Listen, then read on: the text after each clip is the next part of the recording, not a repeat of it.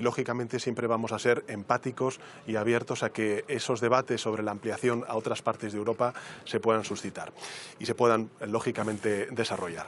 Bueno, en fin, tenemos muchos debates por delante y quiero agradecer, pues lógicamente, al Ayuntamiento de Granada, a la Junta de Andalucía, a todas las instituciones implicadas, desde el Consejo, el Parlamento Europeo y la Comisión Europea, que van a estar aquí en Granada, pues todo el trabajo que hemos desarrollado, la paciencia y la hospitalidad del pueblo granadino y, lógicamente, mi felicidad porque, en fin, podamos desarrollar toda esta cumbre, estas dos cumbres, en un lugar tan emblemático como esta. Si me permiten el comentario, pues en fin, la Alhambra en árabe significa la roja, y la roja es efectivamente lo que va a vestir la selección española de fútbol, pues en ese color en el Mundial 2030 aquí también en España cuando se celebre. Y hacerlo además en Granada, donde hace muy pocas fechas pues también la selección española de fútbol tuvo ocasión de jugar un partido de fútbol desde hace ya muchos años, pues me parece que, en fin, que todo al final pues encaja y nos hace proyectar una imagen de España que realmente yo creo que es muy positiva, ¿no? Es de valores, de deporte, de convivencia, es un mundial al final donde dos continentes, el europeo y el africano, se encuentran y donde al final proyectamos, bueno, pues lo que realmente es nuestra sociedad, nuestro país, un país amable, un país hospitalario, un país, en fin, abierto, con talante, respetuoso, que apuesta por la convivencia y por todo aquello que ahora mismo pues tenemos que proyectar, porque el mundo efectivamente está viviendo un momento muy complicado, muy complejo, y particularmente un país con el que nos sentimos muy próximo, aunque estemos a 4.000 kilómetros de distancia, como es Ucrania. Presidente, ¿qué le va a trasladar al presidente Zelenski en ese encuentro sobre la adhesión de Ucrania a la Unión Europea? Y le pregunto también si Puigdemont está marcando los tiempos de su investidura. Bueno, en primer lugar, sobre la primera de las cuestiones, el presidente Zelenski lo sabe bien. Nada más empezar esta presidencia española rotatoria del Consejo de la Unión Europea, me desplacé a Kiev, estuve con el presidente Zelenski, le trasladé lógicamente el compromiso de España como presidencia rotatoria del Consejo Europeo, nuestra voluntad de seguir dando pasos para que efectivamente se abran ya formalmente esas conversaciones. Nuestra posición es clara, es firme, creo que además todos los países de la Unión estamos, digamos, en la misma línea, y lo que tenemos que hacer es esperar ahora mismo a la institución que tiene que decir si los pasos que lógicamente están establecidos en los tratados han sido cumplidos y las reformas realizadas por parte del gobierno ucraniano. Pero evidentemente creo que la lógica y la voluntad política de todos los países es la que he apuntado en esta declaración. Y en segundo lugar, en relación con la cuestión que usted me ha dicho, a ver, aquí hay dos dinámicas que me parece importante subrayar. La primera es, bueno, hemos perdido 5 semanas con una investidura que todo el mundo, hasta incluso el propio candidato, sabía que iba a ser fallida. Y ahora, bueno, pues evidentemente la sociedad española, y yo el primero, lo que queremos es que haya un gobierno con plenas funciones y que no estemos en funciones como llevamos desde las elecciones del pasado 23 de julio. Por tanto, hay una urgencia en que haya un gobierno en funciones y, en segundo lugar, bueno, las negociaciones son complejas, porque hay un arco parlamentario con distintas, intereses, y tenemos entre todos que encontrar ese espacio de encuentro para arrancar esta legislatura y poder formar una mayoría parlamentaria que no solamente nos dé una investidura, sino también la legislatura, ¿no? Así que, a ver, yo lo dije el otro día en mi comparecencia en el Palacio de la Moncloa, mi objetivo es el que durante estos próximos 4 años sigamos avanzando para la mayoría social de nuestro país en derechos y en libertades y en progreso. En segundo lugar, seguir cultivando y abonando ese reencuentro, esa convivencia entre los pueblos de España. Y finalmente, el marco es la Constitución. Por tanto, diálogo es el método, el objetivo es el progreso y la convivencia, y el marco es la Constitución. Y es ahí donde nos vamos a mover, porque, en fin, no soy un presidente de gobierno nuevo. Llevo ya 5 años y es lo que he hecho durante estos últimos 5 años, en circunstancias extraordinariamente complejas como las que hemos vivido y a que afortunadamente hemos superado, como es la pandemia de la COVID-19. Presidente, ¿le preocupa el acuerdo de ayer de inmigración? ¿Le preocupa al gobierno español el preacuerdo que se ha alcanzado de inmigración? Y le pregunto también, al hilo de la pregunta sobre Puigdemont, sí, en directo para La Sexta, ¿va a haber amnistía o no? Es lo que mucha gente... Sí, yo sé que esa es la pregunta que se hace. Incluso me dicen por qué no se refiere a ella directamente. Estamos negociando con los distintos grupos parlamentarios. Creo que, lo dije además en mi anterior comparecencia, A ver, cuando el Gobierno de España aprobó los indultos, yo tenía una confianza en que contribuyera a la estabilidad, a la normalización de la política en Cataluña. Hoy tengo la certeza de que fue una buena decisión y que, por tanto, obedeció a un interés general, que es el interés al que debemos, digamos, de alguna manera velar, no solamente aquellos que tenemos el honor de liderar un país desde el Poder Ejecutivo, sino también todas las fuerzas parlamentarias. Por tanto, estamos negociando y cuando tengamos una posición concreta al respecto, después de reunirme con todos los grupos parlamentarios, fijaremos la posición del Partido Socialista Obrero Español. Y en este caso yo le hablo, lógicamente, como candidato del Partido Socialista Obrero Español a esa investidura. Y en segundo lugar, ¿cuál era la otra pregunta? El preacuerdo de migración. Hombre, yo creo que es un acuerdo en el que todos al final hemos tenido que ceder, pero creo que es un acuerdo que sienta las bases para que ya definitivamente, junto con el Parlamento Europeo, logremos ese pacto de migración y asilo. Y España es un país, digamos, muy interesado en que haya un pacto de migración y asilo, porque estamos hablando de dos ejes fundamentales, el primero el de la solidaridad y el segundo el de la responsabilidad. La responsabilidad significa controlar las fronteras, controlar, digamos, y luchar contra la migración irregular y propiciar la migración regular, que es en lo que ha estado siempre el Gobierno de España. Pero en segundo lugar, la solidaridad. Lo que no puede ser es que determinadas zonas de nuestro país, pienso, por ejemplo, en el sur de España o también en las Islas Canarias o en las Islas Baleares, se hagan frente y asuman todo ese fenómeno de migración irregular sin la solidaridad del resto de los países europeos. Y yo creo que también ahí hemos encontrado un punto de equilibrio que es de interés para España. Venga, la última pregunta. Which one? What will your message and the message of the other leaders be to President Zelenski of Ukraine, in particular given the concerns that President Biden has expressed about the infighting in Congress holding up US aid to Ukraine? Is there anything more that you can do, that European leaders can do for Ukraine? Well, actually, solidarity, unity, and of course all the support of not only the European governments, but also our societies. I think that all the Europeans are, you know, backing Volodímir Zelenski and his country, and of course we are ready to support and to back, you know, until the end of this war, our friends in Ukraine.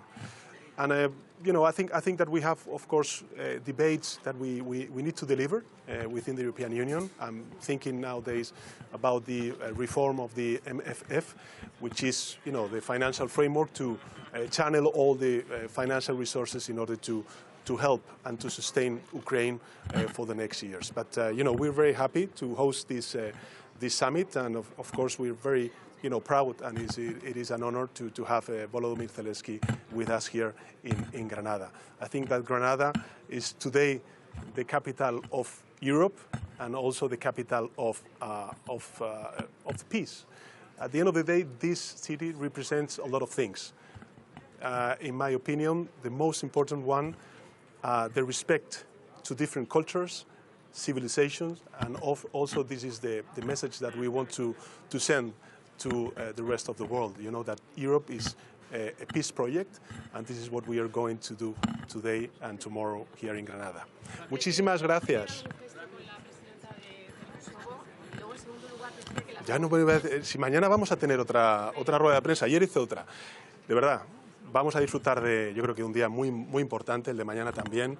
En fin, Granada yo creo que es un lugar absolutamente idóneo por todo lo que representa en términos no solamente políticos, sino históricos, de lo que queremos proyectar desde España, que es y cómo sentimos Europa. Y mañana tendré ocasión de hacer una rueda de prensa y responderle a todas estas preguntas y muchas más. En fin, disfrútenlo, porque creo que hoy además el tiempo nos acompaña. Gracias.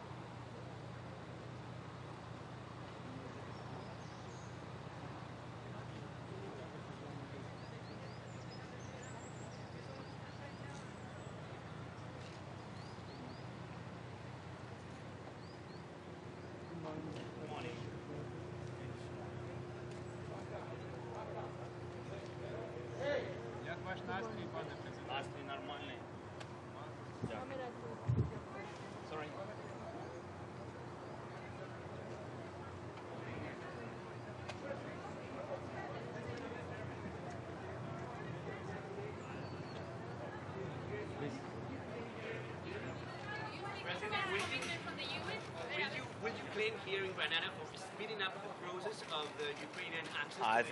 I think first of all the main challenge is what we all of us. The main challenge is what we have. That is to save unity in Europe, and I'm speaking not only about the countries in EU. In all the Europe, I think that the biggest challenge what we'll have, because Russia will attack by information, disinformation, by fakes, and etc.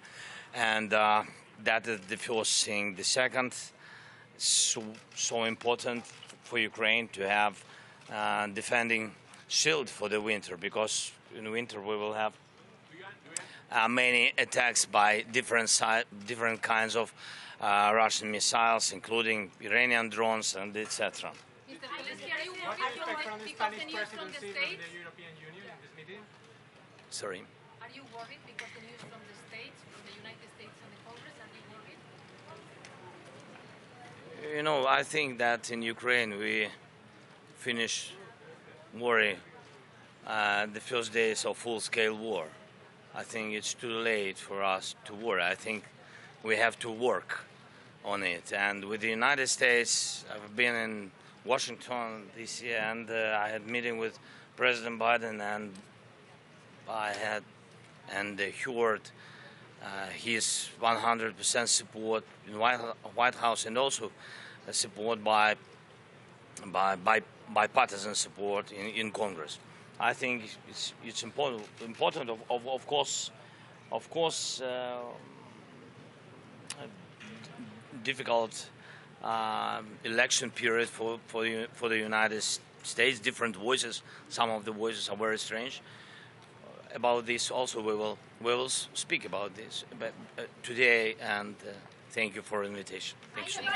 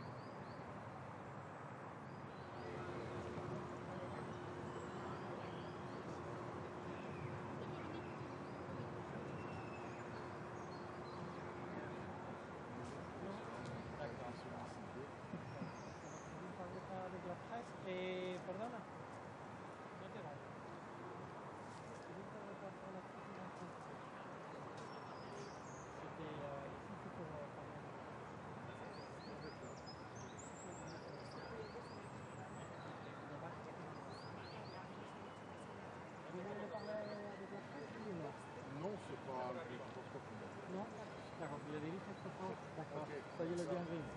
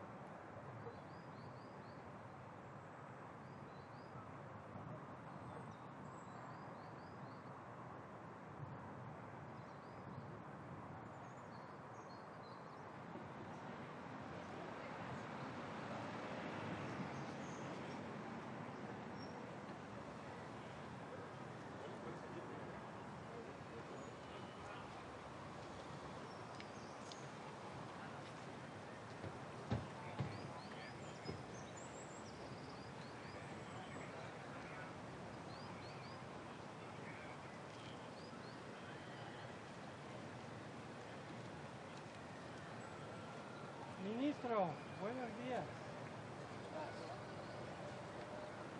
Solo te tengo que indicar. Qué alegría verte.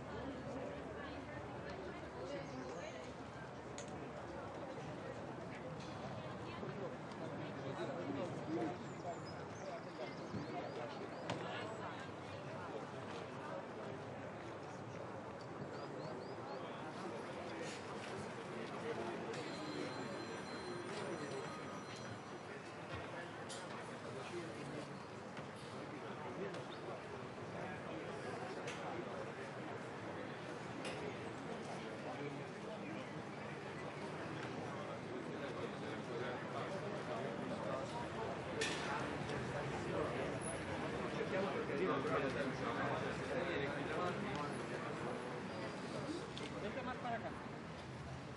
¿Qué es? ¿Primer ministro?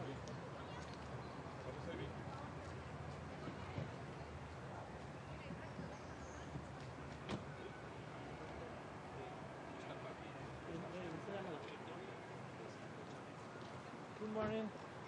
Welcome, Prime Minister. Good way. Yeah.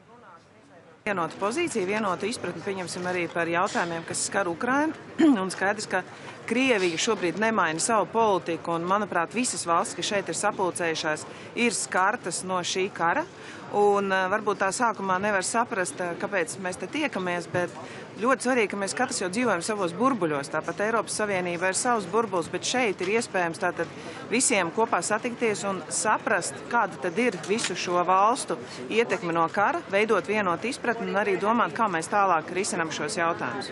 Ko jūs plānojat? Jā, man ir paredzēts arī divpusējās tikšanās, tūlīt pat tikšos gan ar Eiropas parlamentu vadītāju, gan ar Eiropas padomes vadītāju, un arī divpusējās tikšanās ar Norvēģiju, Īriju, un vēl bija kaut kādām valstīm, kuras es skatīšos, protams, izmantošu iespēju arī satikt līderus, kurus es tā nevaru ikdienā satikt. Arī ir Zelenska kungs, kas nozīmē, ka viņš arī ir izmantojis šo iespēju, lai varētu uzrunāt Eiropas līderus.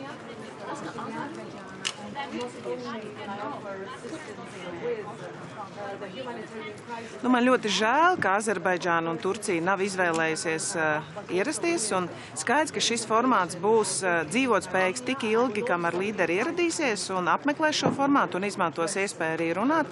Iepriekš tika izmantots šis formāts, lai runātu par miera sarunām. Es domāju, ka ir ļoti svarīgi tomēr arī Eiropas līmenī mēģināt būt par vidutājiem un atrast tādas miera sarunu formātu, jo tas jautājums ir ārkārtīgi jūtīgs šobrīd, bet mēs varam aicināt uz miera sarunām.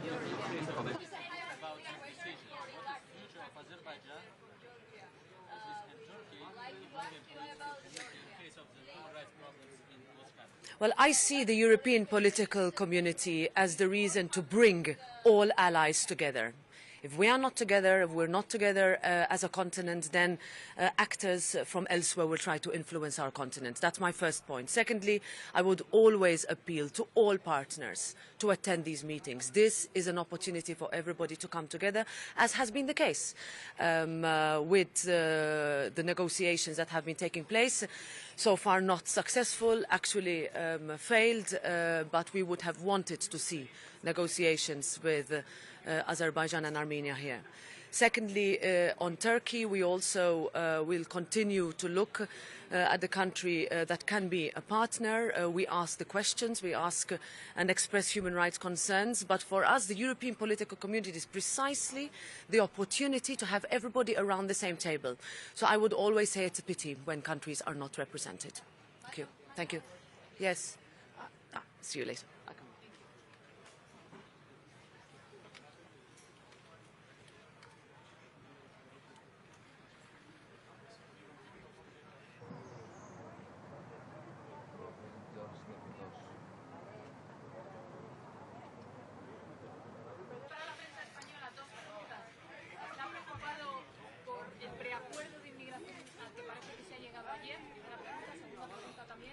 Sobre la amnistía, le acabamos de preguntar al presidente del Gobierno, usted que siempre habla claro, ¿qué opina de la amnistía si se produce? Sobre el acuerdo de migración, es una buena noticia que se hayan llegado ya a acuerdos en el seno del Consejo de Ministros. Ahora se trata de que estos acuerdos los acepte, los incorpore a la acción que hay que tomar en el Consejo Europeo. Sé que hay todavía problemas por parte de algunos países, pero este es un momento decisivo para que Europa adopte acuerdos operativos para hacer frente a los flujos de migración cada vez mayores que pesan sobre el continente y en particular sobre algunos países.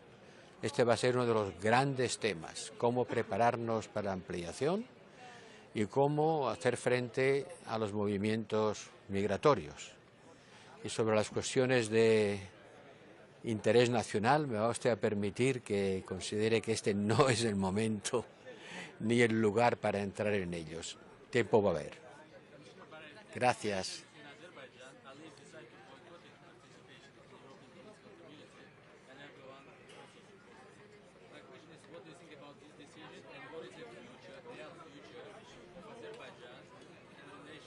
Es una pena que Azerbaiyán no esté aquí. Y es una pena que Turquía, que es el principal país que apoya a Azerbaiyán, tampoco esté aquí. Por lo tanto, no vamos a poder hablar aquí de algo tan grave como el hecho de que más de 100.000 personas hayan tenido que abandonar a prisa y corriendo sus casas huyendo de un acto de fuerza militar. Condenamos los actos de fuerza militar para resolver los conflictos. Ayudamos a estos refugiados. Y espero que en Bruselas puedan haber reuniones entre Armenia y Azerbaiyán, sobre todo para evitar que el conflicto vaya más y para estabilizar políticamente Armenia. Muchas gracias. Hablaremos de estos temas más tarde, cuando el momento llegue. Gracias.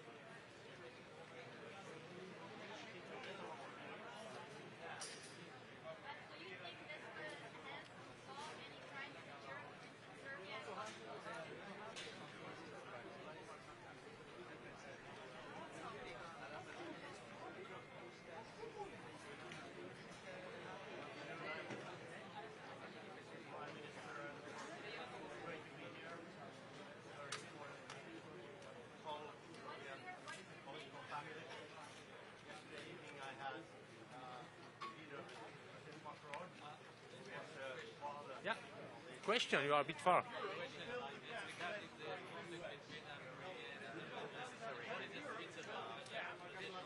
In the table there are proposals for 50 billion euros for the civilian and economic side and 20 billion for the military side. And we did that before waiting for the US to take decisions. Certainly we do more, but the US is something imprescindible for the support of Ukraine.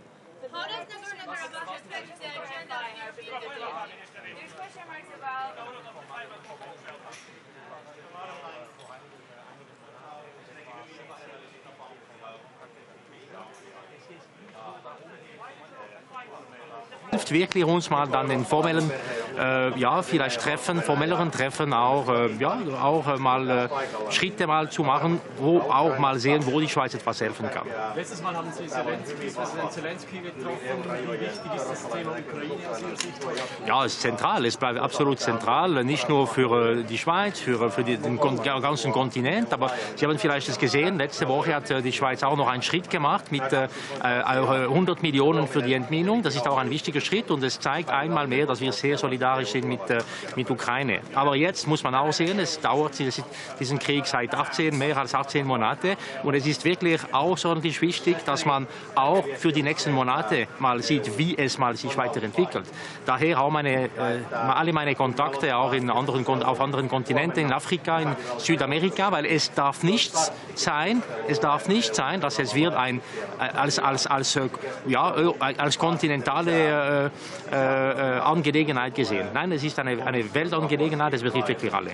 Frage zu Bergkarabach. Was ist die Haltung der Schweiz und wieso verurteilen wir das nicht so, wie das andere Länder? Ja, wissen Sie, die Haltung der Schweiz ist da. Seit langem sind wir immer wieder in Kontakt gewesen mit unterschiedlichen Parteien. Sie kennen auch die Rolle der Schweiz, die Möglichkeiten, die wir haben können, auch etwas anzubieten in Situationen von Konflikten. Und ich glaube, heute wird es auch ein interessanter Moment sein, mal informell ein bisschen zu hören, auch wie andere reagieren dazu.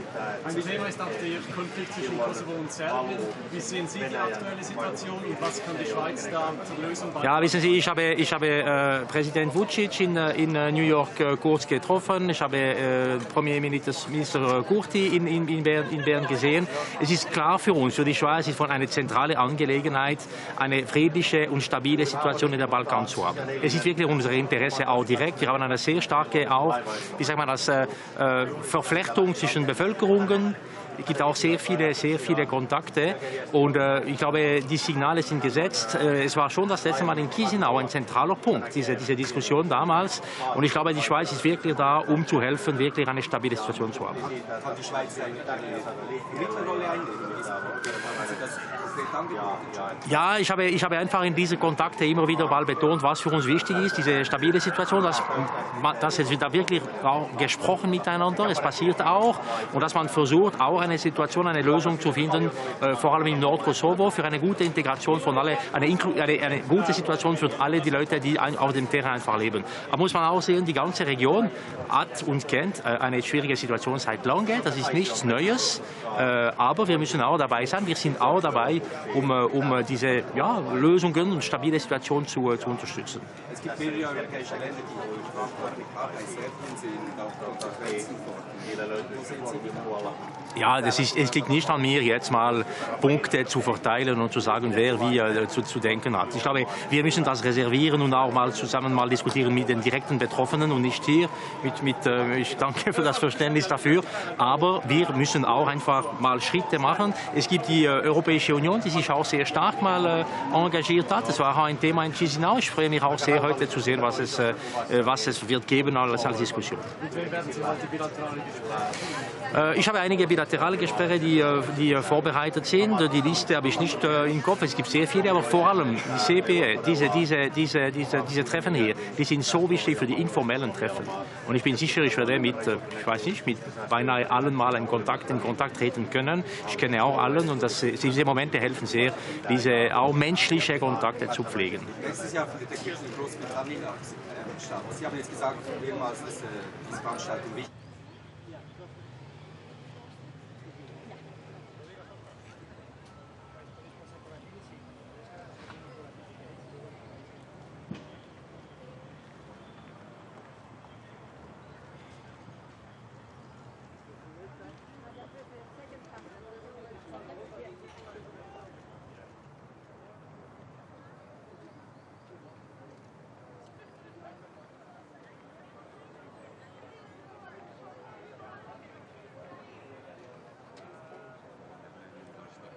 Good morning. So this is the third EPC today that is starting after Prague and Chisinau. And actually it is the third time that at the core of our discussion is our support for Ukraine. And this symbolizes also the strong support that the European political community has for Ukraine. I very much welcome that President Zelensky is going to join us here. On Monday, the 27 ministers for foreign affairs and the HRVP were in Kiev to support Ukraine. So there's a strong message to Putin from Dublin to Chisinau that we do not tolerate aggression against a sovereign state. One of the topics here will also be energy.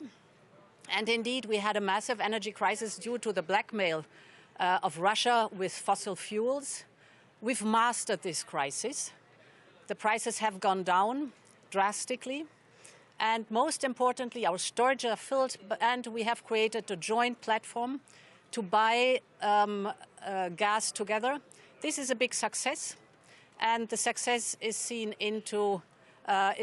can be seen because of the fact that not only the 27 member states have joined this platform for energy, but also other members of the European political community like Norway, Ukraine, Moldova, or Serbia. We have been able to get rid of the Russian dependency on fossil fuels. We have massively invested in renewables, and indeed last year, for the very first time, the European Union was able to produce more electricity from renewables, wind and sun, than from gas. And of course, Armenia will play a role today in the discussions too. I will meet the Prime Minister of Armenia in a bilateral here. We strongly support Armenia and support it in its humanitarian needs. We have already allocated 5.2 million euros. I will tell the Prime Minister today that I'm happy that we double this amount to 10.4 million euros. And that we are providing 15 million euros of direct budget support under the country's annual program. And we will discuss what else we can do to support Armenia in this difficult situation. Madam President, on Armenia and Azerbaijan, you've talked about what you can do for Armenia, but is there any action that the European Union will take against Azerbaijan for a military operation that has triggered the exodus of 100,000 ethnic Armenians from the country? We have immediately, end of September, issued a very strong statement of condemnation of the military operation of Azerbaijan in Nagorno-Karabakh and called strongly on a resuming of dialogue and a peaceful solution. This is what we are working on, and important for us is to support Armenia.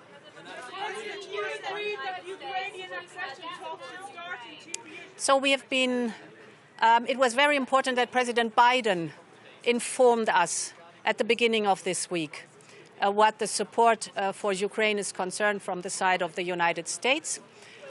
Here in the European Union, we're working on a package of 50 billion euros for Ukraine for the years 24 to 27. This is very important because Ukraine needs predictability and reliability in the direct budget support. As far as I oversee the situation in the United States, I'm very confident of support for Ukraine from the United States. What the United States is working on is the timing.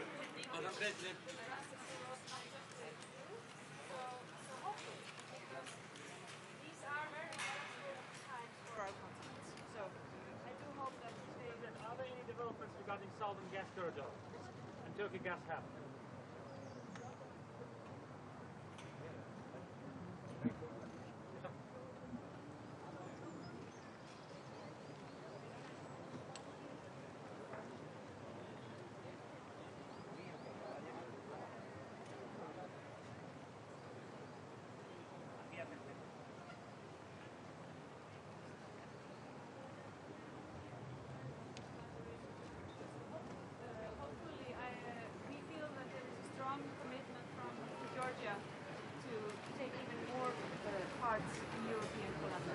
Are you afraid that the U.S. support to Ukraine could be reduced in the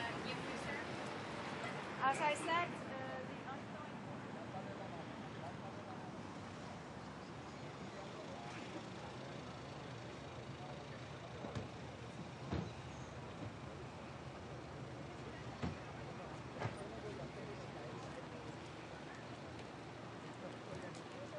Buongiorno, Presidente.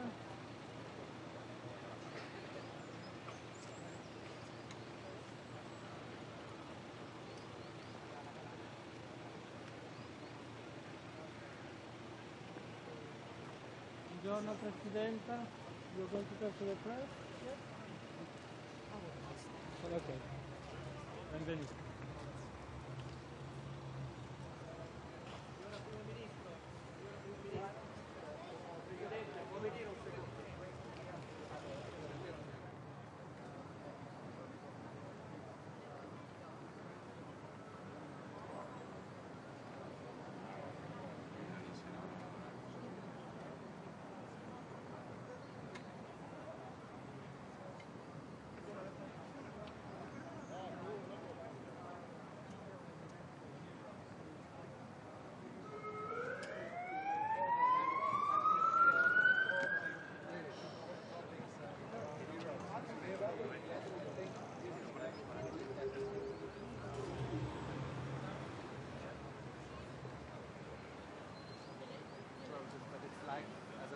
Like more a team building.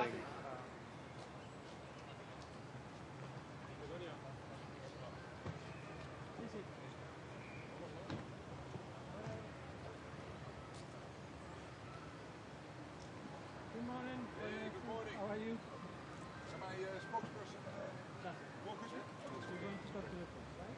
Yes, I'm afraid so. Thank you. Good morning.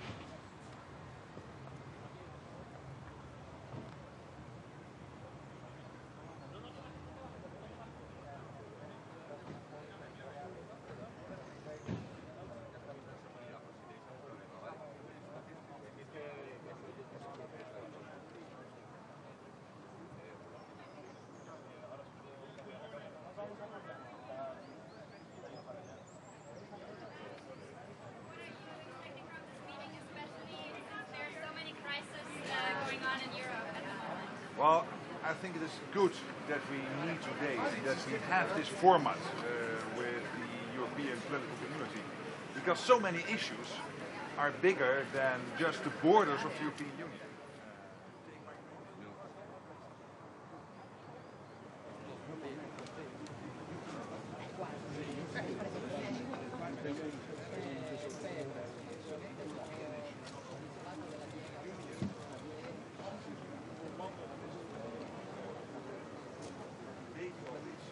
Important topics. I think it's good that we meet here with ideas. what about Serbia and Kosovo? This seems to escalate further.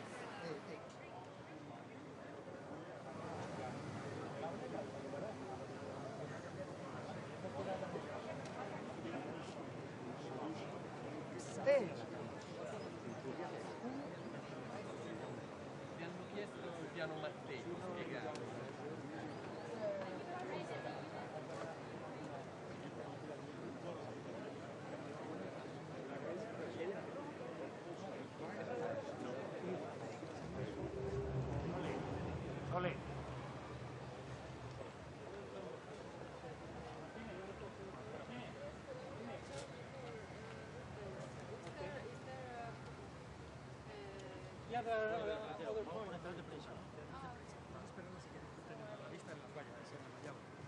Dice que hay otros puntos. Dice presentarle qué punto puede.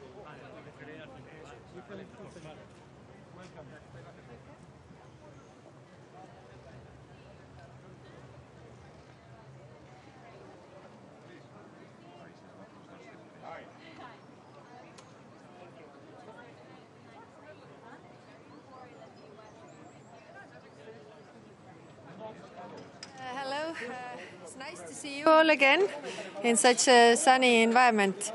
Today we have the European Political Community meeting again, so it's a good platform to talk to each other. It's very sad that some European countries are not coming. We heard that Erdogan is not coming and Azerbaijan is not participating because this is the platform where we all should talk to each other. So I'm participating in the panel or roundtable on multilateralism and security. Russia does not believe in multilateralism, so we have to do everything to prove that we are united and we talk to each other and we make multilateralism work. We had the UN General Assembly and the discussions how the UN should function and how the UN Charter should really function so that we would have peace in the world. So hopefully we have good discussions today. Are you afraid that the US support for Ukraine will be shrinking in the near future? No, not directly. I mean, we have the discussions everywhere, and US has committed their support to Ukraine, as other countries in Europe as well. And I think Russia wants us to be tired, and we shouldn't show them that we are, because we are not. We have to help Ukraine as long as it takes. We have to endure the war as they are enduring the war. And we have to do everything to help Ukraine.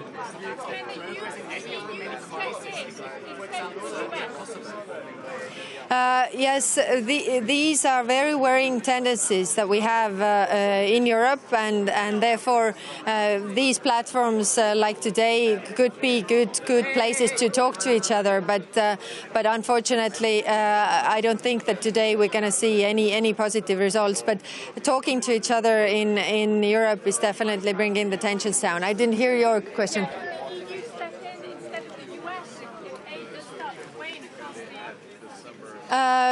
Europe actually is helping Ukraine a lot, and we have to do more. And everybody who has more in their stocks should give more. Russia is thinking that they will endure pain much longer, but we shouldn't do that. We shouldn't give them that. Yeah. Okay.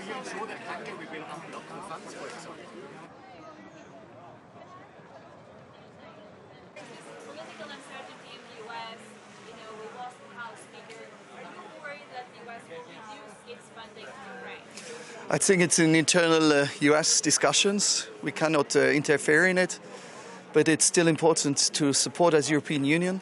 We cannot compensate. This will be not possible, but we have to continue to support as much as we can. But it's in internal US affairs, and we hope that they will find a solution soon in the interest of Ukraine and also stability. Let me just ask you about the geopolitical context, because of course we're still having this war in Ukraine, conflict, Serbia, Kosovo, Armenia, Azerbaijan. What do you make of this complexity in geopolitics at this stage? We have so many troubles, it's a fact.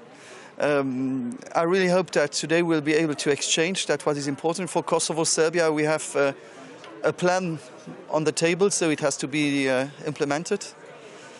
In Azerbaijan and Armenia, I don't know now if the president of Azerbaijan is coming. I heard he might cancel his presence. I don't know. There are enough troubles. We don't have to make homemade troubles on our own continent. I think this is in the interest of all of us. Can I ask one final question on the UK specifically? Because we saw...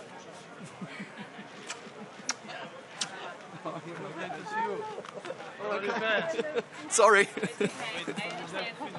We've seen the UK changing some of their climate policies. There's also that argument in some European countries at this stage. When you look at climate policy in the coming years, are you worried that we're actually reversing some Yes, of the targets? I'm very worried about it. If we do not understand that to have 35 degrees in October is normal, if some people think it's normal, we will have 25 degrees on Sunday in Luxembourg. We see that we have troubles with water. Do we really need to have even more problems, that people understand that there is not the climate change but the climate crisis, and that we shouldn't be less ambitious? We should even be more ambitious. And every try to do less is really bad direction. Thank you. Thank you. Bye-bye.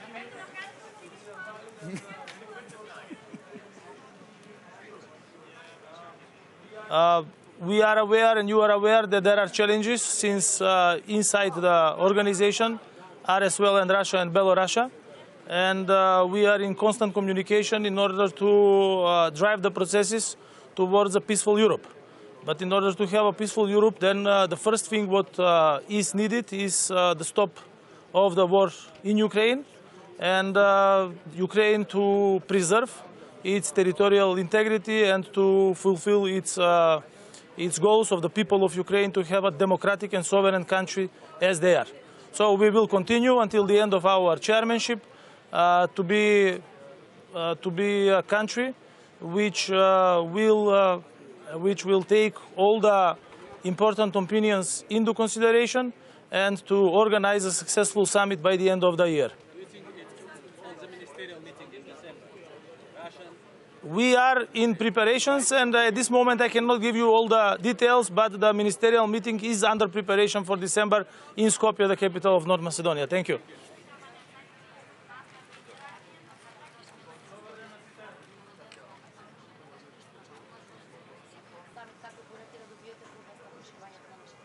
Па најпрвин, јас денес се представувам Северна Македонија, ново исклучително важен состанок на Европската политичка заедница.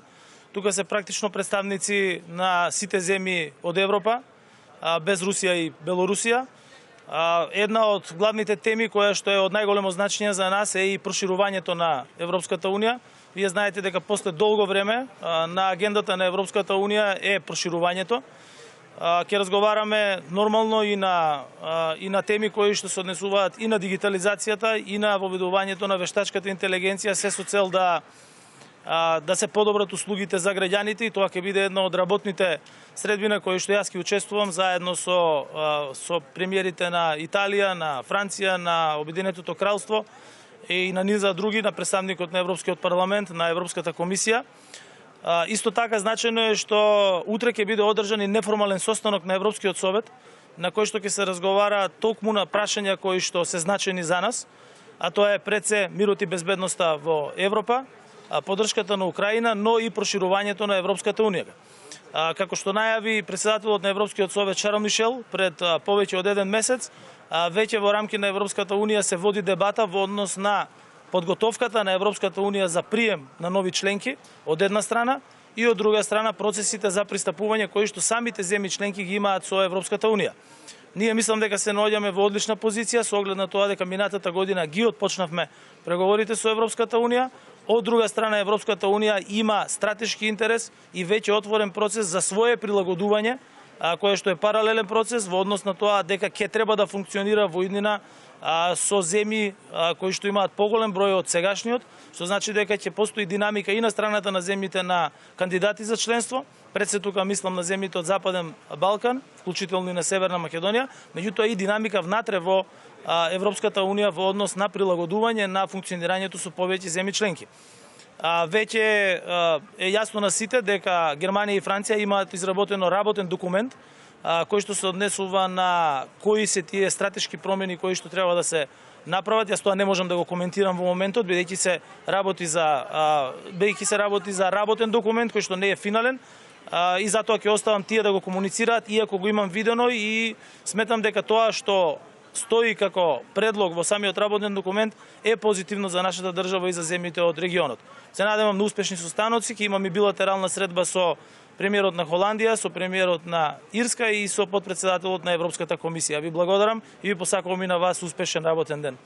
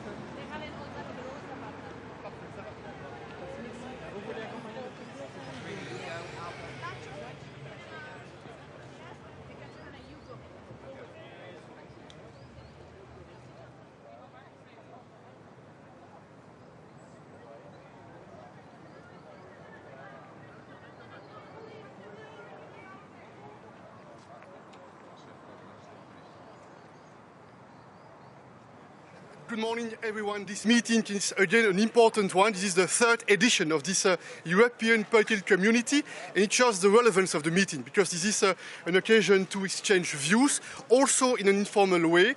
And there are many challenges for the European continent.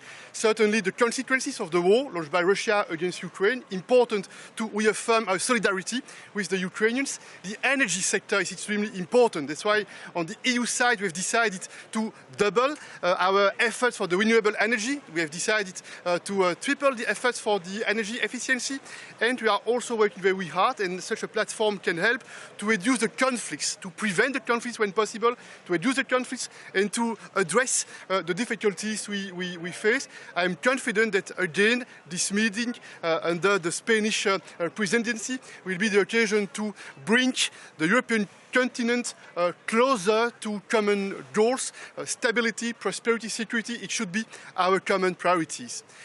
Cette réunion est une réunion importante parce que ça va être l'occasion pour beaucoup de leaders de se rencontrer, de discuter et de progresser ensemble sur des sujets qui concernent l'intérêt commun pour l'avenir du continent européen, les questions d'énergie, les questions liées à la connectivité, et puis certainement les conséquences de la guerre de la Russie contre l'Ukraine seront à l'ordre du jour.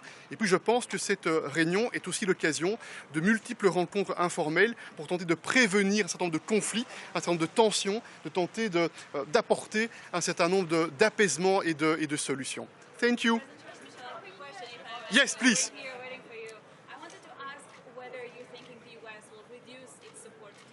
We had a few days ago a very important phone call with the President, Joe Biden, a very important moment because he reassured us, and we feel his personal leadership, his personal commitment to make sure that the United States will support Ukraine in the long run, will help Ukraine in the long run, and we work very closely together. And you know that on the EU side we have already mobilized 82 billion euros for Ukraine, to assist Ukraine, and you know that we are working hard to decide an additional package. There is a proposal on the table with 50 billion euros for the Ukraine facility and with 20 billion euros for the European Peace Facility for more military equipment for Ukraine. This is very tangible, very concrete, and it's our duty to support Ukraine.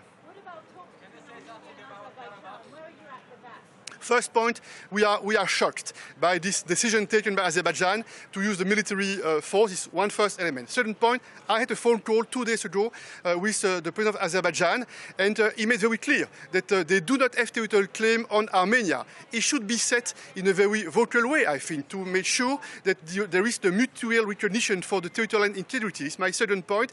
And point three, we will help Armenia to face the consequences of this military operation started by Azerbaijan. There are a lot of refugees in Armenia, and we need to support with humanitarian assistance on the one hand, but we also need to take into account the wish in Armenia to strengthen the ties between Armenia and the European Union, and I am in favor of this rapprochement between Armenia and the European Union. And I want to be clear, we made a promise a few years ago to Armenia in terms of investment package with more than 2 billion euros promised to Armenia. We must deliver. We cannot procrastinate. We must deliver. Armenia needs our support. Sorry? Neither Turkey nor Azerbaijan are here. I mean, European diplomacy is working. This is extremely important not to give up, never to give up. And I believe that the diplomatical efforts are needed even when there are difficulties, even when there are setbacks. And you know that we'll have the occasion today to meet together with President Macron, with President Scholz, and with Prime Minister Pashinyan. I take note. There is a decision taken by President Aliyev not to attend the meeting. I take note, but we do not give up, and we are absolutely convinced that this is our interest within the EU to have a stable and prosperous Caucasus. And you know, before we start at the EU level the mediation, we were not very active and present in that region. With this EU mediation effort, it means that we are defending our interests, we are promoting our values in that region. It is what we need to do. The European Union is a fundamental political project. We need to protect and to defend the interests of our citizens, and the interests of our citizens, this is very clear, this is a stable and prosperous neighborhood, including in the South Caucasus.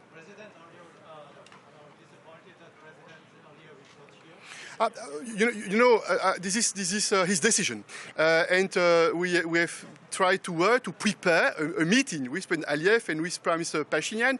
We have proposed some ideas to make sure that we can bring more stability, more serenity, that we can address the humanitarian consequences of the situation. This is his decision, and I do not intend to comment publicly his decision. I will have the occasion to tell to him directly what is my feeling about the decision not to come. Mr. President, why Europe stayed silent for almost 30 years and 1 million of displaced Azovian people from Karabakh and Armenia, and is actively speaking now on behalf of Armenia? Do you think Europe can be a neutral mediator after that? Answer number one, yes, the EU is a neutral mediator because the EU has no hidden agenda. Our agenda is very clear. This is prosperity, stability, security, and predictability, point one. And point two, we made a lot of progress in the past with the mediation. When we started the mediation about 3 years ago, we made some concrete and tangible result with the exchange of prisoners, with some progress in terms of exchange of mining maps, in terms of discussions that have started for the border delimitation, with the launch of 2 border commissions that are supposed to work together.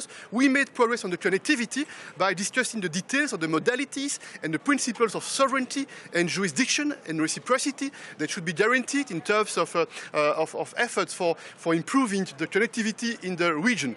But we are very sincere, we are very honest, we understand that more diplomatic efforts are needed. This is what we will do today with the Prime Minister of Armenia.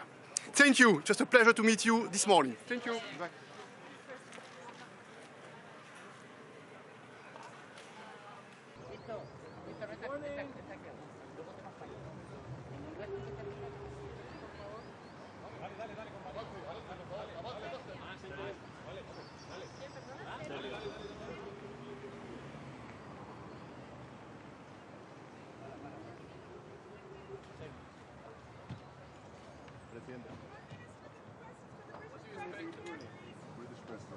What do you think you have to say?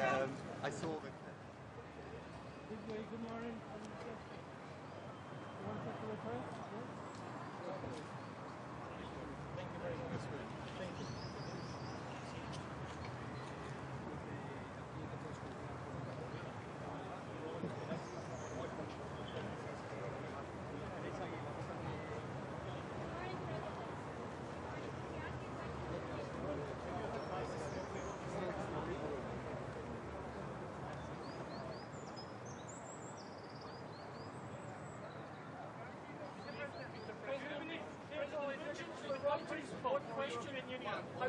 How do you get out of the current crisis? Tell us. We'll get it out. Okay.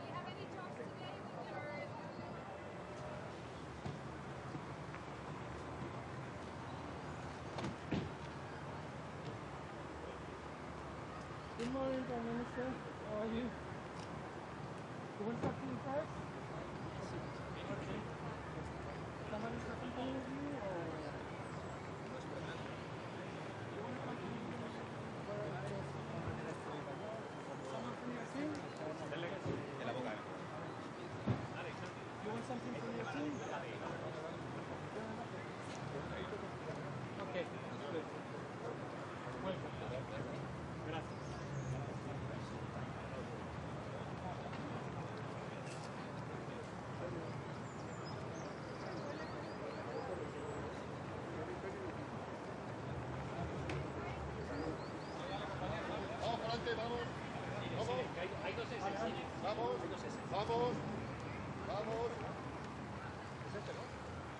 ¿Quién es Oscar? ¿Quién es? Suecia. Suecia.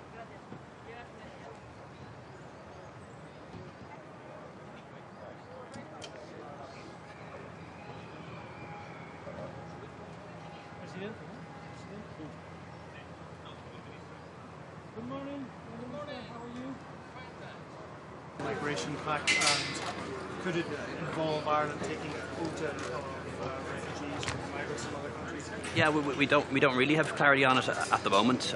Some progress was made at the Justice Ministers meeting there the other day, but I haven't had a chance to study what's been agreed.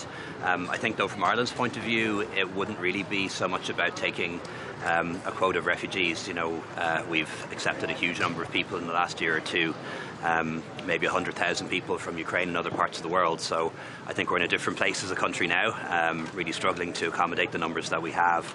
But certainly what it is about is a number of things, but one of those is more cooperation at European level and also securing the outer borders of the European Union so that we can put more control on irregular entries into the continent, which is important for us too. So if we don't take a voluntary quota, that would be paying into a fund, is that right? Yeah, that's an option. So you can have the option of accepting refugees who are in other parts of the European Union. So they're already in a safe place, or you can make a financial contribution. But realistically, where we are in Ireland at the moment is having accepted over 100,000 people from Ukraine and other parts of the world in the past 2 years. I don't think we're really in a position to accept more voluntary transfers, not until we get on top of the accommodation situation. I think people will understand that. That's not to say that we'll turn away people who come to Ireland. Of course we won't do that. But volunteering to take more people is a different thing entirely. This week, some figures emerged on what it would cost to let Ukraine into the European Union, including a calculation that under current rules it would mean a 20% cut to camp farming aid. Does this put a damper at all on Ireland's support for Ukraine's membership? I'm a strong supporter of Ukrainian membership of the European Union, and not just Ukraine, also the Western Balkans and Moldova. And if you look at things in the round, if you take the broader view, the longer term view, enlargement is always good for Europe. It helps to provide us with security, helps to embed democracy and human rights, and also helps the European economy to grow in the round. So I think it's really important that when we look at these questions, we don't see them just as a financial calculation. If Ukraine, Moldova, the Western Balkans join the European Union, they'll become wealthier in due course, just like Ireland. They may yet become contributors to the budget. Certainly when it comes to CAP reform, a further enlargement will of course trigger a lot of reforms.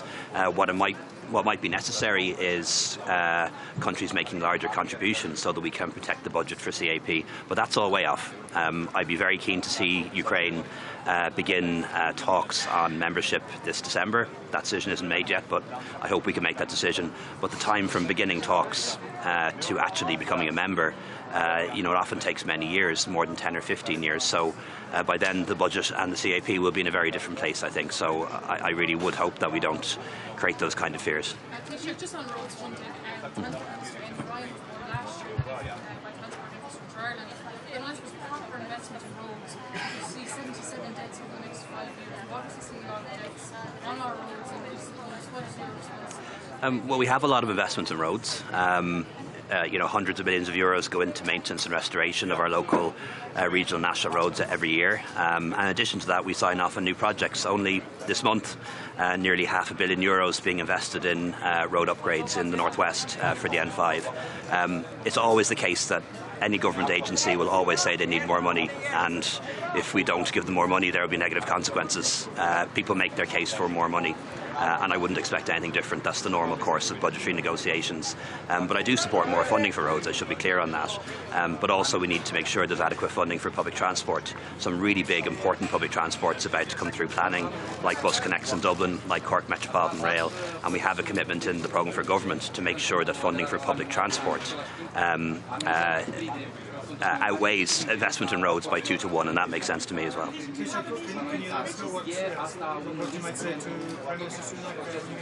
Yeah, well, look forward to meeting him. It's our second bilateral, although we have spoken on by phone a number of times. Really, a couple of things on the agenda. We'll be interested to hear from him how he feels the discussions between the UK government and the DUP are going with respect to restoring the institutions in Northern Ireland. Really important for both of us. And of course, we'll want to discuss the Legacy Act and reaffirming our position on that. And I suppose in a more positive space, we're going to talk about UEFA 2028. Really delighted that UK and Ireland will be hosting that tournament. Want to talk to him about our willingness to make a funding contribution to Casement Park in Belfast, one of the 2 stadiums in Ireland that will be used, the other being the Aviva. And also we're going to talk about the common travel area, because again, that's very important for us, that the common travel area between Britain and Ireland functions, but also that we secure the outer border around Ireland and Britain as well. Are you concerned about of Kosovo and to have the opportunity to speak to European leaders. As you know, these are very difficult times for the entire European continent, particularly for my country, as we recently faced an act of aggression by Serbia that was committed through terrorist and paramilitary groups. I'm here to ask for the support of European allies and partners to sanction Serbia so that they are not encouraged and emboldened to commit such acts of aggression against Kosovo and against other neighbors again and again. Unfortunately, what we have seen in the past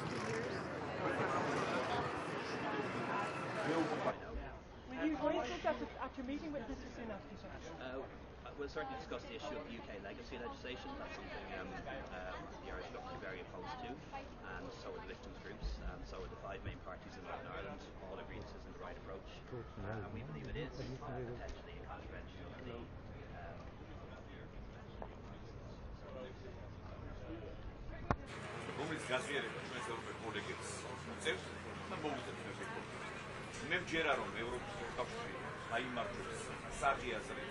Unión Europea imărciuța, țin dacă da, meu Europa agar daușă, sincer, și acum daușă. Să cartă, dai tu așa.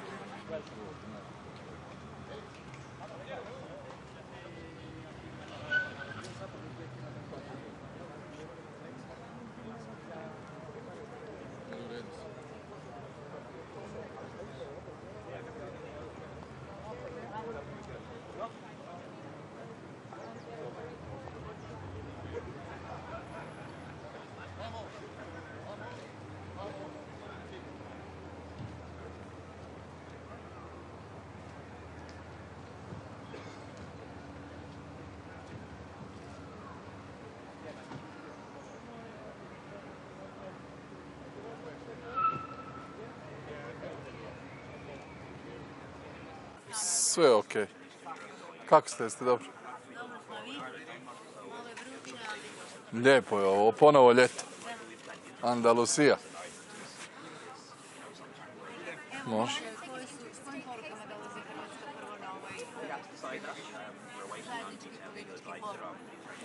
Evo, 3. sastanak Europske političke zajednice. Naravno da će biti prigoda, budući da dolazi ukrajinski predsjednik Zelenski, da razgovaramo o najrecentnijoj situaciji u vezi Ukrajine, daljnjoj podršci i solidarnosti svih članica i Europske unije, ali i zemalja uključenih u ovu zajednicu. Razgovarat ćemo i o pitanju energetike, nezakonitih migracija, pitanju proširenja, jer ovaj format i jest sastavljen na ovaj način da u puno širem krugu nego što je to članstvo Unije gledamo u kojoj su fazi pripreme pojedinih zemalja koji imaju ambiciju za članstvo i to je ono što je u ovom trenutku najvažnije za Hrvatsku, je naravno važna naša podrška Bosni i Hercegovini posebno, ali isto tako s državama jugoistoka Europe i Ukrajini i Moldovi i želimo da taj cijeli proces bude kvalitetno strukturiran i da se ostvare napreci i u ispunjavanju reformi i da taj napredak bude temeljem individualnih postignuća svake od zemalja. Da li mislite da je Europska unija na prikladan način odgovorila na humanitarnu krizu i na progon zapravo 120.000 Armenaca u trenutku kada druga država silom pokušava riješiti pogranične pitanje? Pa to je trebala biti jedna od tema na marginama ovoga skupa, ali prema zadnjim informacijama koliko sam sada obaviješten i izbrifiran od naših veleposlanica, ovdje na kraju u Granadu neće doći niti azerbajdžanski predsjednik Alijev, niti će doći turski predsjednik Erdogan. Bila je ideja da bude jedan sastanak kakav je već bio ranije u ovim formatima. Ono što se dogodilo se jako brzo, točno u pravu ste, bez neke prevelike reakcije međunarodne zajednice, međutim cijelo to vrijeme su i predsjednik Europskog vijeća i predsjednica komisije bili u kontaktu sa dužnosnicima najvišima i Azerbajdžana i Armenije, a ono što je u ovom trenutku, recimo to tako, pozitivno, da je bilo relativno malo žrtava i da je taj cijeli proces odlaska ljudi iz Gorskoga Karabaha prema Armeniji prošao relativno brzo. Ja sam o tome razgovarao i sa predsjednicom Međunarodnog Crvenog križa, koja je inače Hrvatica, Mirjana Špoljarić-Eger, pa nam je ona dala jedan briefing sa aspekta njih koji su na terenu.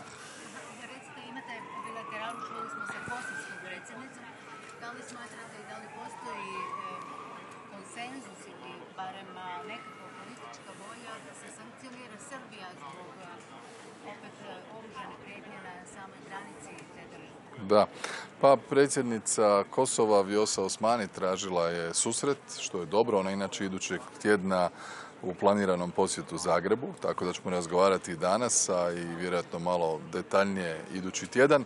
Ono što je važno da vidimo da ta reakcija Europske unije, i tu čekamo prijedlog i visokog predstavnika Borela i Europske komisije, kako reagirati na ovaj teški incident i mini krizu koja je nastala na sjeveru Kosova u Banjskoj. Ja sam o tome nešto rekao i na sastanku, odnosno i na preskonferenciji i na sastanku kada je u Zagrebu bio albanski premijer Rama u ponedjeljak. Prema tome ne može takva situacija ostati bez reakcije, dapače. Vi sudjelujete na okruglom stolu o digitalnoj ekonomiji, digitalnoj tranziciji i umjetnoj inteligenciji. Znači li to da se fokus vaše vlade premješta više na ekonomsku? Pa naš fokus je stalno i na ekonomskim i na socijalnim pitanjima, ali proces digitalizacije je jedan od 4 temeljna procesa za Hrvatsku državu, za razvoj cijelog društva u ovom desetljeću.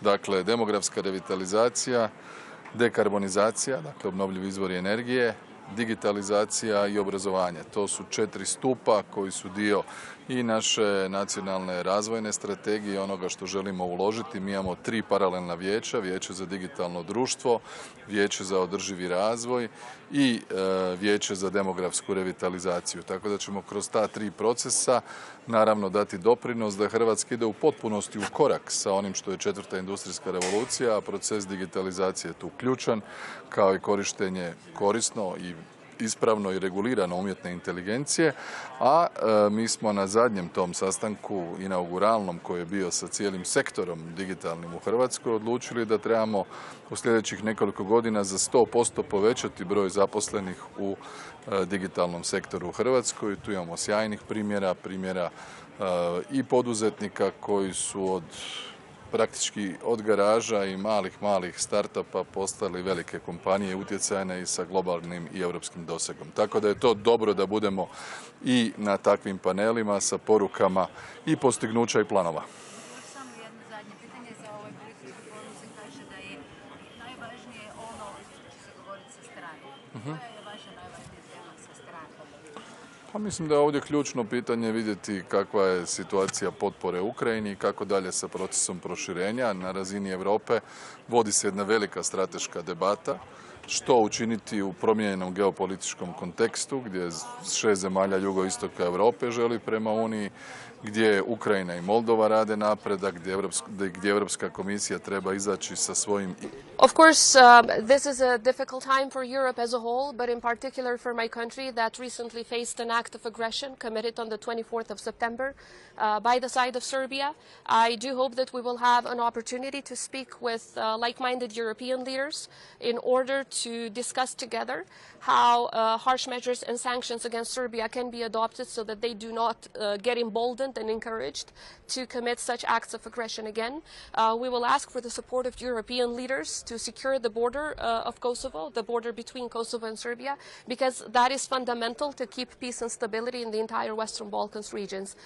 We need to understand that there can be no business as usual since the 24th of September, where Serbia committed this act through terrorist and paramilitary groups, and by endangering Kosovo, they have endangered the entire European continent. You can imagine if Serbia allows for this military-scale weapons to get into Kosovo through the orders of the leadership of Serbia, through terrorist groups in the way that they did on the 24th of September, tomorrow those same military-scale weapons will get in the hands of terrorists also in Berlin, here in Spain, in London or elsewhere. So we need to work together to stop the aggressor from spreading the threat in the Western Balkans as well as elsewhere.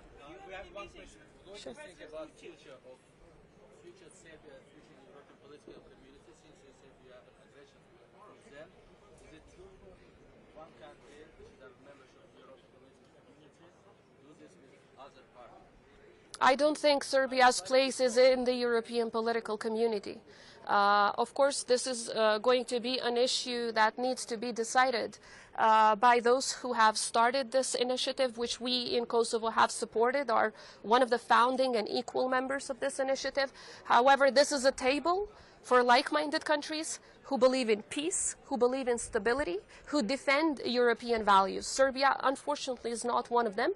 Whoever had any doubt that they might be, they were convinced on the 24th of September that this is a country that wants to attack not just its neighbors, but also wants to attack the values-based system that the European Union and NATO and organizations such as the EPC represent.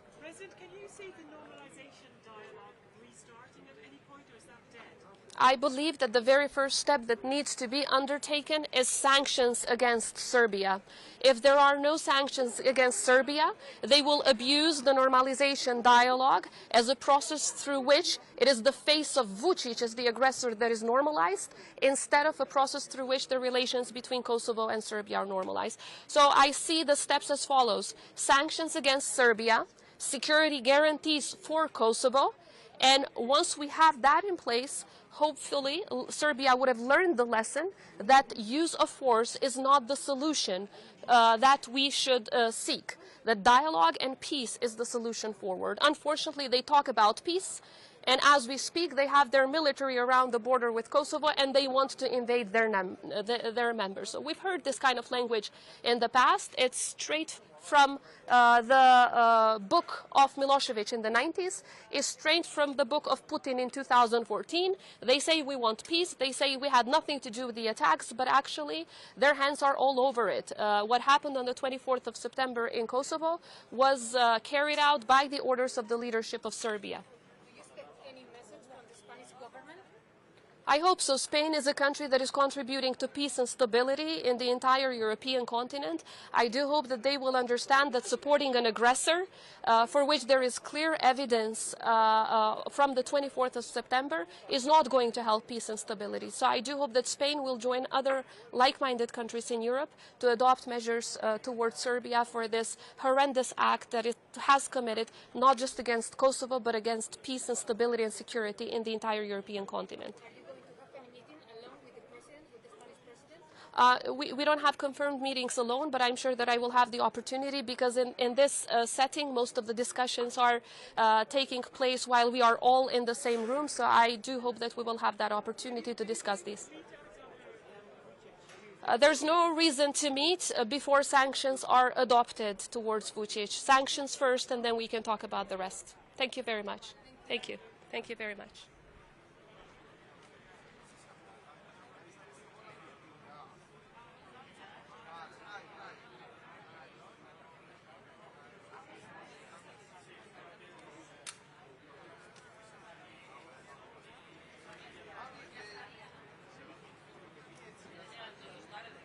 Progress today in de-escalating the crisis between Kosovo and Serbia in the meetings today?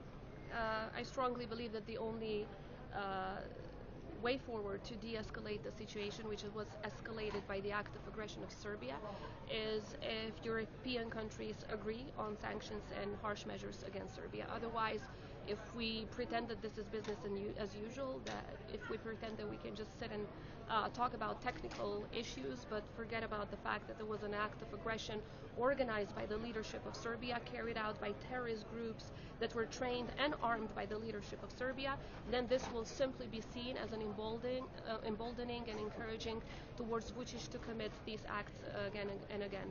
So, of course, I will be using this opportunity to talk to like-minded European leaders about the risk that we're facing, about the threat that it's not just against Kosovo, but the entire Western Balkans region, and wider than that, it's a threat against the European continent and the values that we strongly believe in and fight for.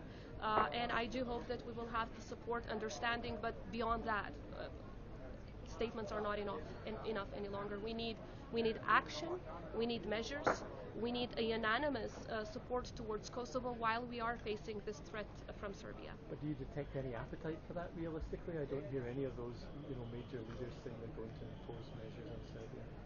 There are some countries that are absolutely ready to impose measures. We're going to work hard to convince more. And I do hope that they will do this not for the sake of the fact that Kosovo is asking for that, but for the sake of peace and stability in the region and beyond. The fact that Serbia got away with the attacks that it had carried out before, kidnapping Kosovo police officers within Kosovo territory, which was another act of aggression, committing violence through their own gangs against NATO soldiers, still no justice because most of them are hiding in Serbia because they got away with it. They thought they can get away with the 24th of September as well. So I think they need a clear message, but also clear action now so that we can thwart such kind of action by Serbia in the future. Wouldn't it be perhaps better to focus your energy on getting the measures that have been taken against Kosovo removed, and then you both start with a blank slate, than having measures imposed on both sides? No, look, the measures against Kosovo have absolutely been a great injustice, but also very much improportional, because that disagreement was something that we could have overcome with our allies. It was something that happened in Kosovo territory. No violence was used against anyone. Simply Kosovo's constitution was respected. However, we cannot fall into the both-sidism trap here. No matter what happens with the sanctions against Kosovo, which I repeat had been removed even long ago, there must be sanctions against Serbia. Otherwise, they will do it again and again and again. They will commit acts of aggression, but this time perhaps not just against Kosovo, but also against other countries in the region. They have appetites to grab others' territories. This is straight from Putin's playbook of 2014 and Milosevic's playbook of 1990s, where they would say we had nothing to do with it, but they were the ones behind the gangs that were starting the wars. So we need to learn from the past, but also the recent future. The recent future has the 24th of September as the lesson from which we need to learn. We cannot pretend that this is business as usual any longer. Thank you very much. Thank you very much. I think I just answered. Yeah, sorry, I didn't hear. No reason for that. Sanctions for Serbia first, and then we can talk about the rest. Thank you. Thanks.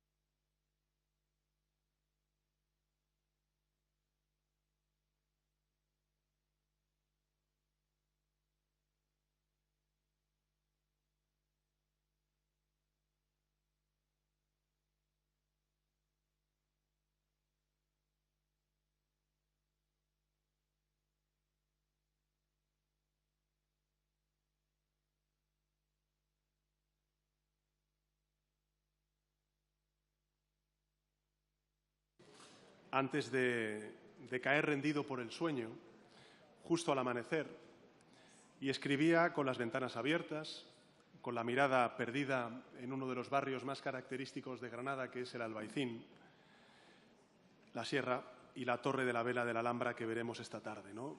Aquí escribió obras como las de Yerma o Bodas de Sangre y nacieron de aquellas noches de insomnio en esa casa conocida como la Huerta de San Vicente.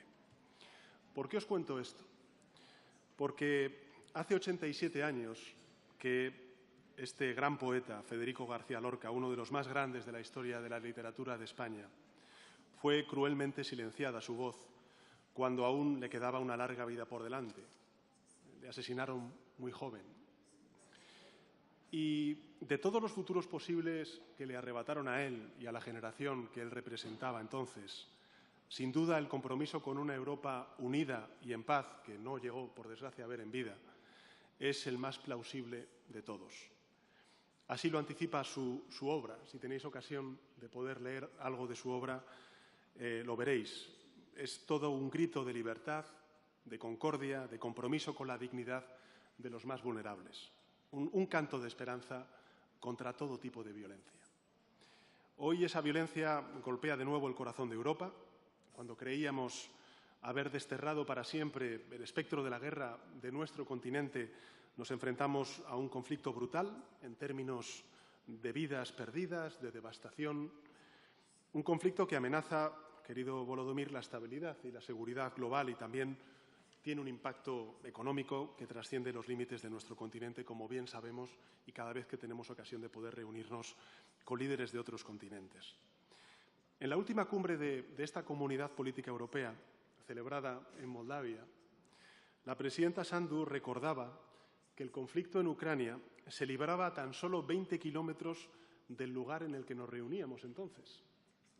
Hoy no son 20 kilómetros, como bien sabéis, sino 4.000 kilómetros de distancia entre Granada, entre esta ciudad, y la capital de Ucrania, Kiev. Y, sin embargo, también hasta aquí han llegado cientos de refugiados y refugiadas que huían de las bombas de Ucrania. A mi juicio, queridos colegas, hay un gran simbolismo en este hecho. Y es que, a pesar de la enorme distancia, incluso física, que nos separa, nuestra vocación, querido Volodímir, de unidad frente a la agresión rusa es aún más firme. Lo es nuestra voluntad de cooperación frente al imperialismo de Putin, lo es nuestra apuesta por el diálogo, por la paz, por la estabilidad y por la seguridad de Europa frente al uso injustificado de la fuerza. Y este foro, esta Comunidad Política Europea, es expresión de un afán compartido y es colaborar para construir la Europa del futuro, sea cual sea nuestra posición en el continente, seamos o no miembros de la Unión Europea, como también, por diversas razones, otros países que hayan elegido otro camino distinto al de la integración europea. Esa Europa del futuro, yo creo que solo puede levantarse sobre los cimientos de la seguridad, de la estabilidad y de la prosperidad. Y, por tanto, merece la pena reflexionar estratégicamente cómo vamos a hacer sobre cómo consolidarlos, especialmente en un momento crucial como el que estamos viviendo. Nos une, creo que, la común aspiración de abordar en este espacio flexible e informal los grandes desafíos a los que se enfrenta Europa, desafíos que no se detienen ante fronteras ni entienden de arquitecturas supraestatales, porque su impacto recorre nuestro continente de un extremo a otro.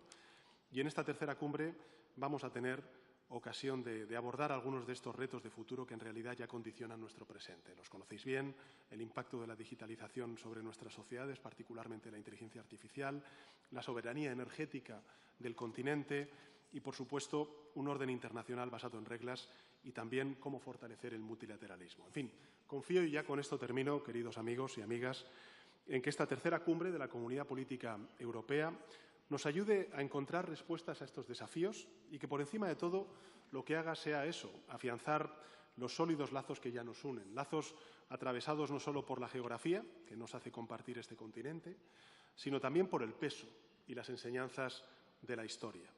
Lo vais a ver en esta tarde, en donde tenemos ocasión de visitar el Palacio de la Alhambra, la historia que late con fuerza en el corazón de esta ciudad, de Granada, cuyos muros nos hablan sobre todo de convivencia y de encuentro entre distintas culturas, Los árabes vivieron en España, en la península ibérica, pero en particular en España, durante 600 años, más de 600 años. Nos han dejado una herencia que vamos a poder disfrutar en el día de hoy.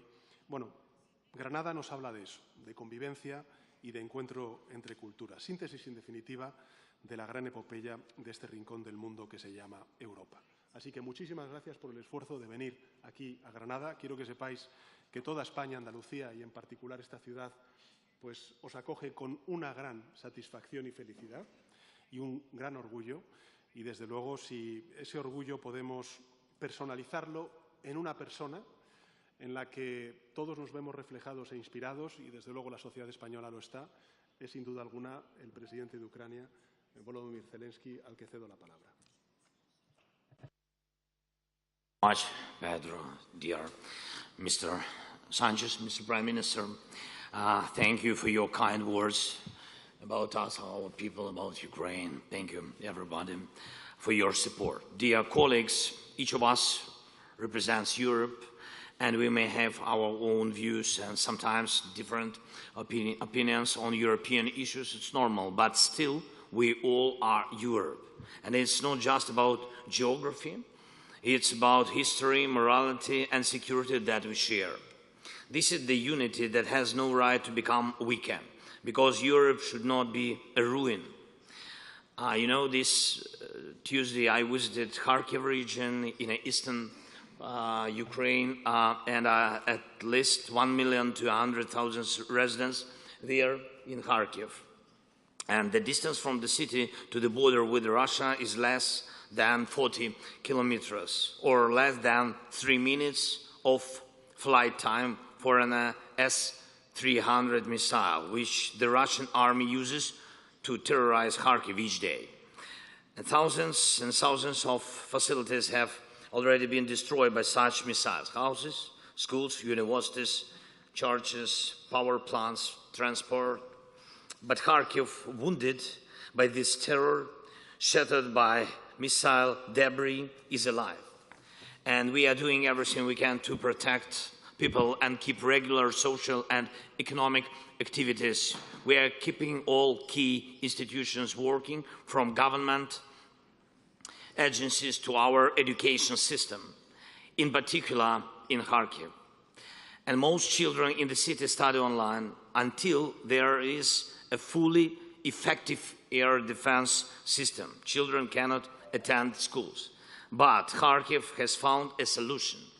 65 school classes with more than 1,000 children are taught not online, but in the usual way, as in schools in any other your countries, but in the subway, under the ground. School classrooms that are provided with everything children need: furniture, equipment, Wi-Fi, but in the subway, under the ground. It's really, it's 2023, and the subway is the only safe option for a city of 1 million people to bring children together for school. This is what the neighborhood with Russia means, but it is not only our neighborhood. Various European countries border the terrorist state, and in fact, Russian propagandists and officials talk about them as the next targets of their aggression. Targets. Exactly, that's the word. Dear leaders, are there enough underground stations in your cities where it would be possible to organize protected schooling for children if, of course, if Russia's threats become real? And it is preparing to make them real. I will be honest with you, as I always am. Russia is now considering various scenarios for the coming years. One of them is particularly dangerous. If there is some pause in their aggression against Ukraine, any freezing of the situation, there will be a new critical moment. 2028. If Russia is allowed to adapt now, by the 2028, the Kremlin will be able to restore the military potential that we destroyed, and it will have enough strength to attack the countries in focus of Russian expansion. And in addition to Ukraine, These are definitely the Baltic states and definitely other countries where Russian contingents are present. This is clear information from our intelligence, and we are signaling it directly to you. Russia is trying to free the situation to adapt and learning from its mistakes and preparing to move on. Please remember that the most dangerous enemy is the one who really made conclusions and prepared for the next attack based on, especially on these conclusions. Moscow clearly outlined its ambition to capture more imperial space, to prevent Europe from being a place of free nations and working democracies to break European unity. And war is Russia's basic tool for this, a tool to enslave or to manipulate others. Russia tried for decades to keep control over the neighboring nations by starting wars and by freezing wars. Russia has hurt Moldova, tried to crush and divide Georgia, destabilize other parts of the Caucasus, strangles Belarus, and tries to tear pieces from the body of Ukraine. Every nation that Russia is acting against in some way or another, every state that has suffered from Russia interference or invasion. And we all have to stay in a special unity, stay together, in a special cooperation, and in a special relationship with everyone else in the European Union. We all need a format of support for the nations whose lives Russia has already tried to destroy, so that the ruin caused by Russia can never spread anywhere else. All these countries need economic support, it's true, and all these countries need security guarantees, so that Russia will not even be tempted to try to break their sovereignty ever again. And a clear signal is needed. Russia has no chance. And most importantly, what will give our unity the full strength, the aggressor is most effectively neutralized by defeat in war. Right now, and right in Ukraine, we have the opportunity to cause a fundamental defeat to Russia's aggression. Together with you and our partners, we have already done things that seemed impossible to many. Together we have defended Ukraine. Europe is more independent of Russia than ever before. Europe has truly proven that it has the right to be a global center for the protection of human freedom and international law. And despite of what happens in other parts of the world, despite of what political tornadoes our partners experience, Europe must be strong. Now Europe is following the developments in America and the growing political storm. And Europe has its own potential for strength and its global role, which should be as powerful as possible in all key issues that are important for Europe. And as for political storms, I'm confident in America, confident they are strong people, strong society with strong institutions, strong energy of democracy. And I was recently in Washington, talked with President Biden. I talked to congressmen from both parties, both chambers. They fully support the defense of freedom and understand that it is Russia and us, the enemies to our way of life, who want to ride such political storms. So we in Europe have to be ready. America helped us, helped Europe to survive, and now it is important, very important for Europe not to hide sails from the wind, trying to wait out the storm, but to be together in this uncertain time, to work together, to work united and protect our values, our common space of liberty, common with the US. This mutual support, both in calm times and times of security challenges and turbulence, is the real meaning of the transatlantic partnership. Dear colleagues, thanks to Ukraine, your soldiers are not fighting against Russia right now, and we do not doubt NATO's strength. But I'm sure none of you wants to find out what it will be like if, God forbid, NATO has to stand up for one of you. We have to win in Ukraine so that Putin cannot scale this aggression to someone else, and it is realistic. That's why the key things are our unity. The unity and solidarity of all of our Europe must be unwavering. The unity of all 27 EU countries, all the Europe, not only EU. The strength of our common rules and agreements. The firmness of the EU's ability to expand under the founding treaties. And I thank all of you who really work, who truly work for the strength of the Ukraine, for the strength of the EU. Secondly, we must not allow Putin to destabilize any other parts of the world and our partners in order to ruin Europe's power. We must continue to put pressure with sanctions, politically and economically, so that Russia cannot spread chaos.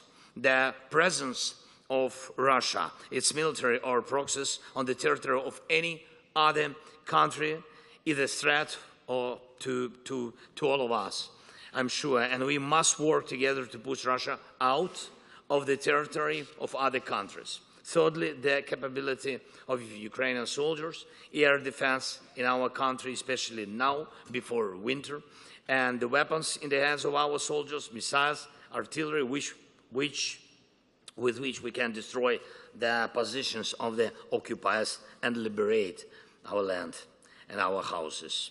Every Russian drone shut down in Ukraine, every Russian tank destroyed in Ukraine confirms that this drone, this tank, any other Russian weapon destroyed in Ukraine will not strike anyone else in Europe. And I thank all of you, each and every one of you, your nations, thank you for your defense help. Additional air defense systems for Ukraine, additional artillery and shells, additional long-range missiles and drones for our soldiers, as well as additional formats of support and security guarantees for nations threatened by Russia. All this is a real protection of Europe from further aggressive steps by Russian Federation. And to ensure that in the common future there is no war anywhere in Europe, that no other city in Europe lives through what our Kharkiv, for example, Kharkiv and all the cities and villages of Ukraine are experiencing, then at this time, right now, this year, next year, and above all in Ukraine, our unity must work to the full capacity. Let only Putin's ambitions be a ruin, not our countries, not our people, not our cities. Children of every country deserve to be secure, and everywhere in the country, not just in the subway, not just in the shelters, underground, but everywhere. We must make it possible, and we'll do it. We must win. Thank you for your attention and for invitation. Slava Ukraini. Thank you. Thank you, Volodymyr, for your testimony. And now I give the floor to President Michel. Thank you, dear Prime Minister. Thank you, dear Pedro. First of all, let me thank you for hosting us in such a beautiful location. Thank you for your warm welcome, and I feel that you are all impatient to discover tonight the Alhambra. Ladies and gentlemen, dear friends, this is already the third meeting of our European political community since we launched it 1 year ago in Prague. And I think this shows the relevance of this unique intergovernmental and leaders platform. Unique initiative for boosting cooperation, for increasing what I'm calling our collective intelligence and addressing today's challenges. COVID-19, climate change, energy security, cyber and hybrid threats, and on top of this, Russia's war against Ukraine. These challenges are too large for one nation to tackle alone, and it's why more than ever we must confront them together and take a strategic approach.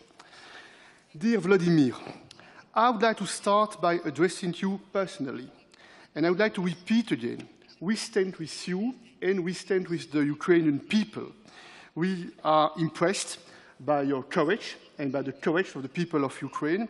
We are impressed again by your strong words, and will continue to back you with strong military, political, and financial support. The EU has already mobilized 82 billion euros to support your country, and you know that we are preparing an additional substantial package to assist Ukraine, and will also continue to pile the pressure on Russia to end this war.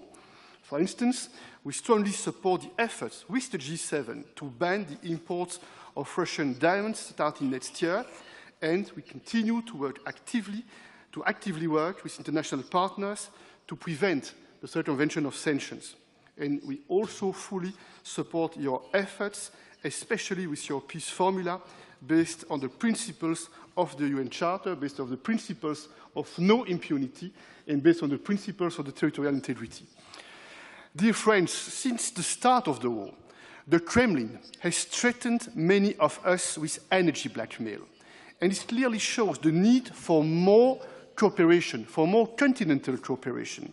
In the EU, for instance, we are tripling our renewable capacity and doubling our energy efficiency. And we intend to continue to strengthen our energy sovereignty. We must invest more, we must innovate more, and work together more. And we are all working together, for instance, to boost our energy connectivity. Just two examples.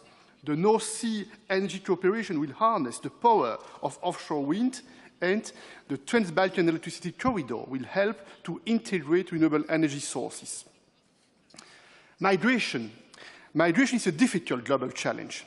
It's a challenge we must all face together, and it means building more cooperation between us in the EU, in Europe, and more cooperation with third countries. And I welcome the proposal of British Prime Minister Sunak to work more closely together on this important topic. And just yesterday, the EU member states took an important step forward on the migration pact, but will also continue to engage with countries of origin and transit to build comprehensive partnerships and address the root causes of migration. Because one thing is clear, we must break the business model of smugglers. They cannot be the ones deciding who comes to the EU. We need to dismantle their criminal networks, and this will require a more intergovernmental approach in the field of policing and justice. And we should also look at the opportunities for legal migration on the one hand, but on the other hand, we need to work for more effective returns. Ladies and gentlemen, I sincerely believe this political community platform can play and should play an important role in diffusing conflicts and in helping to resolve them, notably in the South Caucasus and between Serbia and Kosovo. Because conflicts are not only a problem for those directly involved, they are a problem for the region and for our continent. And we should use this unique platform to build more confidence among us, more confidence, more peace, more stability, more predictability. The world is watching our European continent, and some hope we will fail, but many others hope we will succeed. Our citizens want us to lead and to be a force for change in improving their daily life, and it is our responsibility as leaders to show that we can work together to ensure peace, security, and to improve well-being, and to bring the four corners of our continent closer together. And I think that this political community is a vision for the future. It's a vision for a Europe that's united, that's peaceful, stable, and prosperous. Thank you. Thank you, Charles. And now I give the floor to the President of the Commission, Ursula. Thank you very much. Dear friends and colleagues, first of all, I would like to thank our host, Prime Minister Sanchez, dear Pedro, for convening us here, this EPC summit. Behind the European political community is an idea. The idea that the European community can and must shape its own future. We're bound by a common geography and by common history, and this fact has shaped our shared values and rules. For decades, we Europeans have built a security architecture that is based on the UN Charter and international law.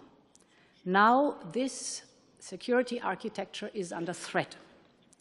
A permanent member of the UN Security Council has launched an attack on its peaceful neighbor, and this attack goes on since 588 days.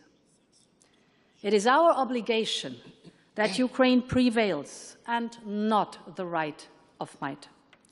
It is our obligation that the European security architecture is re-established so that on this continent all Europeans can live in peace and freedom.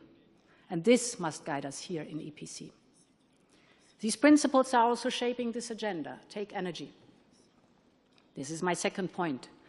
We have worked hard to ensure our energy security and to make energy affordable for our European households. And we can be proud how we mastered the severe energy crisis of last winter. For instance, we are now buying energy together, not only with 27 EU member states, but with our broader energy community, together with Ukraine, Moldova, Norway, and Serbia, and the UK is anyhow integrated in the energy exchange.